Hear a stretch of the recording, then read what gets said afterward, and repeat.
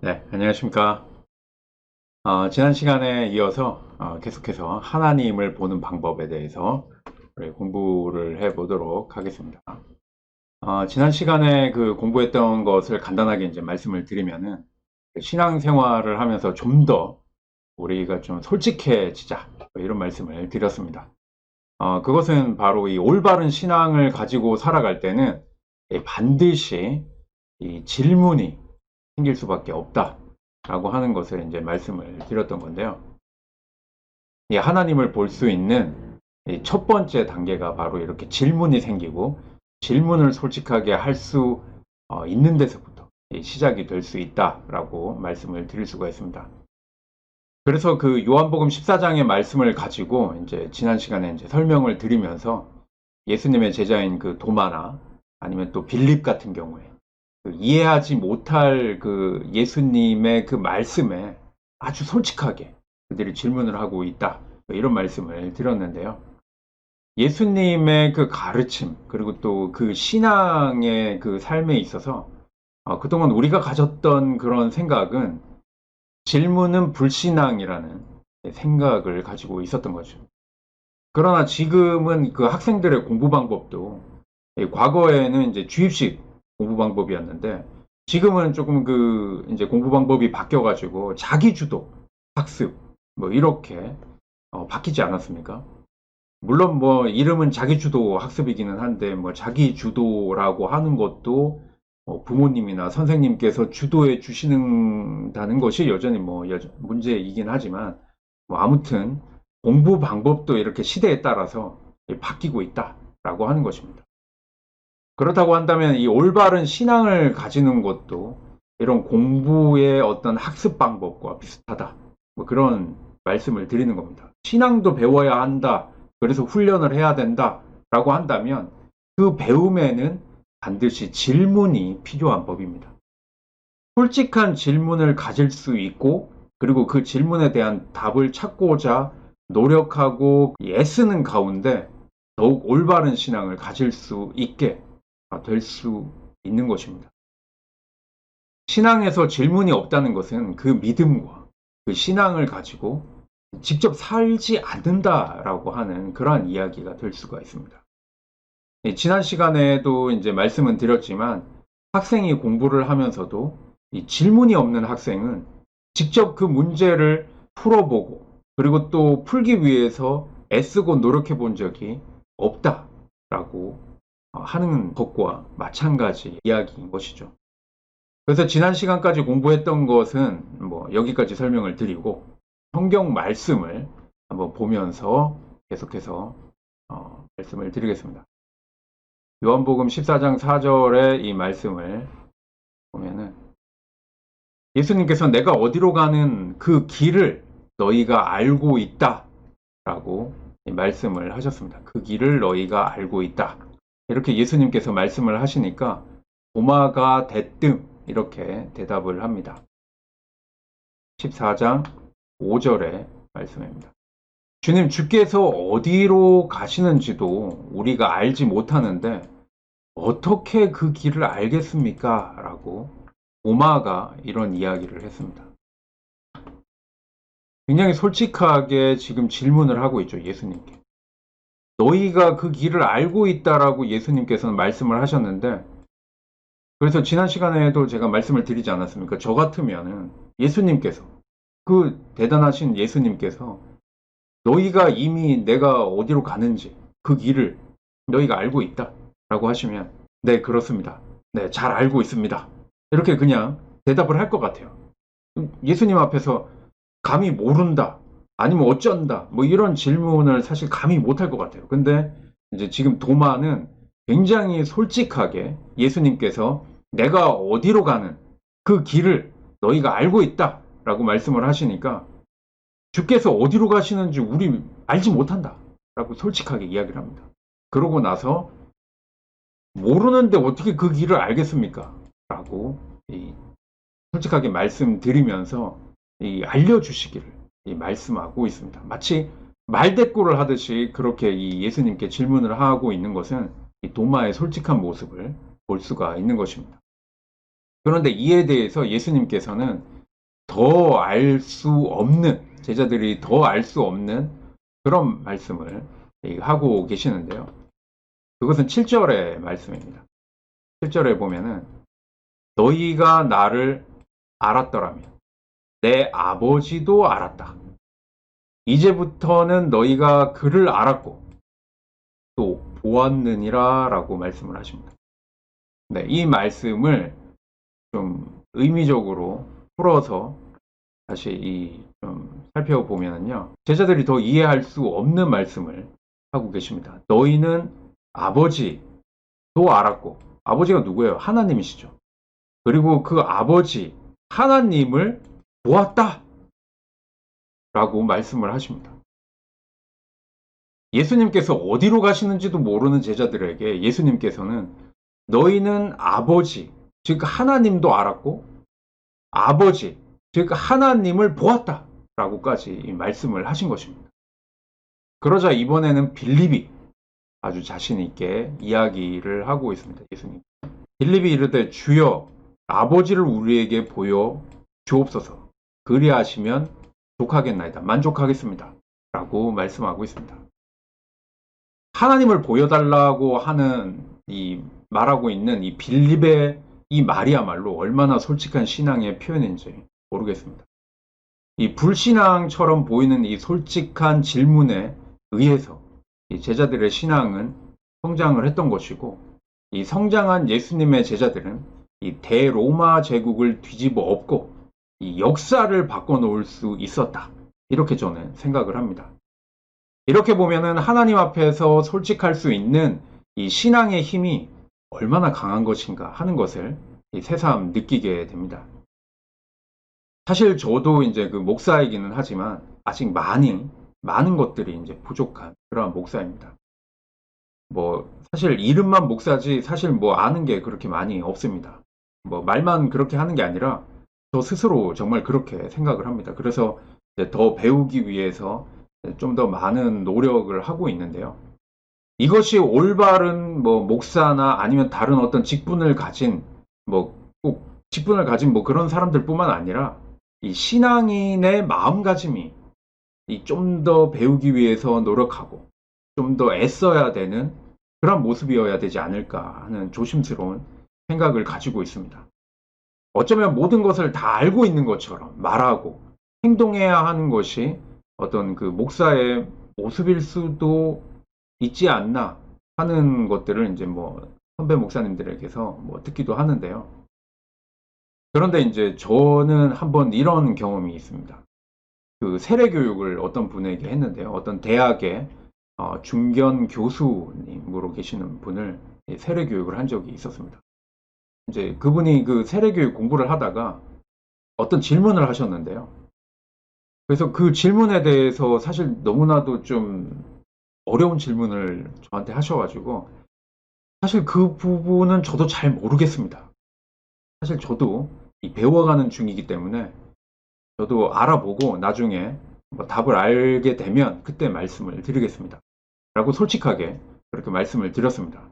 그랬더니 이제 그때는 이제 그런 말씀을 안 하셨는데 나중에 이제 좀 더 친해지고 난 뒤에 이제 그 분이 그때 목사님 잘 모르겠다. 이렇게 말씀하시는 목사님은 처음 만났대요. 자기 다른 목사님들도 많이 만났는데 이렇게 목사님이 잘 모르겠다 이렇게 이야기하는 분은 처음 뵙기 때문에 깜짝 놀랐고, 또 솔직하게 그렇게 말씀을 해주셔서 자기도 더 이렇게 신앙에 대한 그 공부를 하는데 좀 동기부여랄까 용기를 많이 얻었다 이렇게 말씀을 해주셨습니다. 그렇게 말씀을 해주시니까 저도 또 그 말씀에 저 스스로도 또 이제 더 열심히 해야 되겠다 이런 생각이 들기도 했었는데요.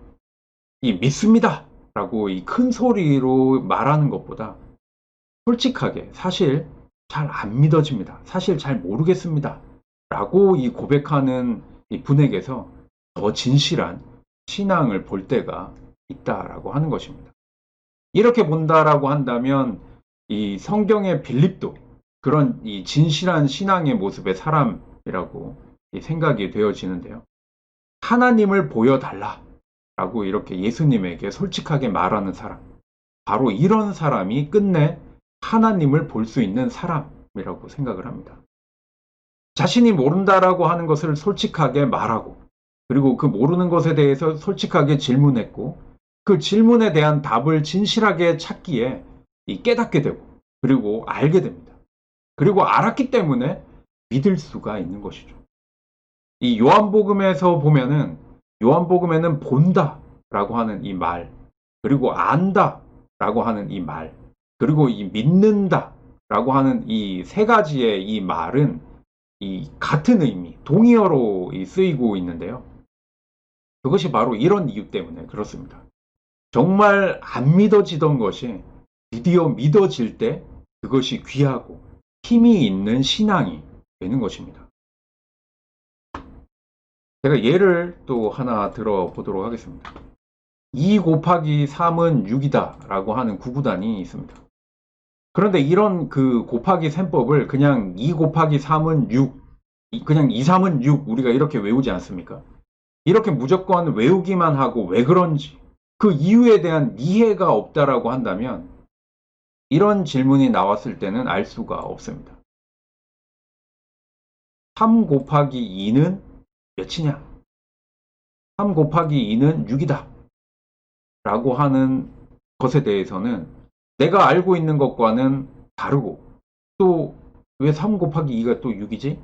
라고 이상하게 생각을 할 것입니다. 뿐만 아니라 조금 더 어렵게 2 곱하기 3은 6인데 그냥 외웠는데 3 곱하기 2는 왜 6이 되는지 여기도 이해를 못하고 있는데 좀 더 어려운 문제. 그럼 7 곱하기 8은 56이다 라고 하는 이 구구단을 본다면 이것도 무조건 그냥 이렇게 외워야 되겠다. 2 곱하기 3은 6이고 3 곱하기 2는 6이고 7 곱하기 8은 56이다 라고 하는 것을 그냥 외울 뿐입니다. 우리가 이해를 하고 보는 입장에서는 이건 사실 같은 거죠. 그리고 또 이치를 알고 보면은 이걸 알기 때문에 이것은 쉽게 이해할 수가 있습니다. 그냥 무조건 외우는 게 아니라 이해를 할 수가 있다라고 하는 거죠. 그런데 이걸 그냥 외웠을 때는 이것도 그냥 외워야 되고 이것도 그냥 외워야 되는 겁니다. 왜 이렇게 되는지는 알 수가 없는 거죠. 외우지 않은 것에 대해서는 이 다른 외우지 않은 구구단 셈법에 대해서는 알 수가 없다라고 하는 것입니다. 그런데 2 곱하기 3은 6이라고 하는 것이 왜 그런가에 대한 그 이치, 2라고 하는 것을 3번을 더하면 6이 된다라고 하는 이 이치를 알게 되면은 이건 그냥 무조건 외우는 공식이 아니게 되는 거죠. 이렇게 되면은 2 곱하기 3은 6이고 3 곱하기 2가 6이라고 하는 것이 왜 이렇게 되는지 알 수 있고, 그리고 결국은 이것이 같은 것이다 라고 하는 것을 알 수가 있습니다. 그리고 더 나아가서 7 곱하기 56에 대한 이해도 쉽게 할 수가 있습니다. 7 곱하기 56이라고 하는 것은 7을 8번 더해 보면 56이 된다 라고 하는 이 이치를 깨닫게 되는 거죠. 근데 이 이치를 이미 알고 있었기 때문에 이것은 쉽게 이해를 할 수가 있습니다. 그럼 이해를 할 수 있기 때문에 외우는 것도 더 잘 외울 수 있게 되겠죠. 자, 이렇듯이 모든 진리라고 하는 것은 2 곱하기 3은 6이 되는 이치를 깨닫고, 그리고 구구단 전체인 9 곱하기 9는 81, 물론 뭐 그 뒤에도 계속 있지만 우리가 기본적으로 외우는 게 9 곱하기 9니까 여기까지 한다라고 한다면 9 곱하기 9는 81까지도 알 수 있고 이해할 수 있는 힘을 얻게 된다라고 하는 것입니다. 이렇게 진리라고 하는 것은 묻고 찾는 자에게만 주어지고, 그렇게 찾아진 진리라야 힘 있는 진리가 될 수 있다라고 하는 말씀을 드리는 것입니다. 나에게 있어서는 힘이 있는 진리가 되었기 때문에 그 진리를 따라 살아갈 수 있게 되는 법입니다. 뚝배기나 질그릇은 그렇게 귀한 그릇이 아니죠. 너무나도 흔한 그릇입니다. 그 질그릇이 귀하다고 하면 누가 믿겠습니까? 그러나 귀하지 않은 질그릇이 귀하다는 말에 왜 이 질그릇이 귀하다고 하는가? 이리저리 살펴보기도 하고, 이까짓 게 뭐가 귀하냐라고 솔직하게 물어보기도 하고, 뭐 그런 사람이야말로 언젠가는 그 질그릇 속에 담겨져 있는 그 보석을 발견할 수 있게 되는 것입니다. 그래서 질그릇 자체는 뭐 그렇게 귀해 보이지 않는데 그 안에 이렇게 보석이 담겨져 있어서 그 사람이 이 질그릇을 귀하다라고 이렇게 이야기를 했구나. 보물이 담겨져 있는 질그릇이기 때문에 귀하다고 이야기를 하는 것이구나 라고 이치를 깨닫고 이해를 할 수 있게 된다라고 하는 것입니다. 그래서 질그릇은 하찮은 것이지만 그 질그릇 속에 보물이 들어있기 때문에 귀하다고 했다는 것을 알게 되는 것입니다. 그래서 그것을 발견하고 기뻐할 수 있게 되는 것입니다. 우리가 공부하는 성경도 바로 그렇습니다. 제대로 보지 못하는 눈에는 이 성경이 합류 소설보다도 더 재미없는 그저 두꺼운 책일지 몰라도 살아가는 그 길을 묻고 진리를 찾고자 하는 자에게만은 생명의 말씀인 것입니다. 만일 어떤 사람에게 질그릇이 귀하다고 말해 주어서 그 말만을 무조건 믿고 질그릇을 선반 위에 귀하게 모셔놓는 사람이 있다라고 한다면 질그릇 속에 들어있는 진짜 귀한 보물을 발견할 수가 없을 것입니다. 그냥 어떤 사람이 질그릇을 귀하다고 하니까 그 말만 외워가지고 모셔만 놓았을 뿐이지 내가 살아가는 내 자신의 삶과는 아무런 상관이 없게 살아가게 될 수밖에 없습니다. 이처럼 귀한 것은 감추어져 있고 잘 보이지가 않습니다. 진리가 그렇고 생명이 그렇고 마음이 그렇습니다. 그래서 찾아 헤매는 것입니다. 내가 나인데도 나를 찾아 헤매야 하는 것이 우리의 모습입니다. 내가 누구입니까? 하나님은 어떤 분이십니까? 자기의 참된 모습을 우리는 찾아 헤매고 있습니다.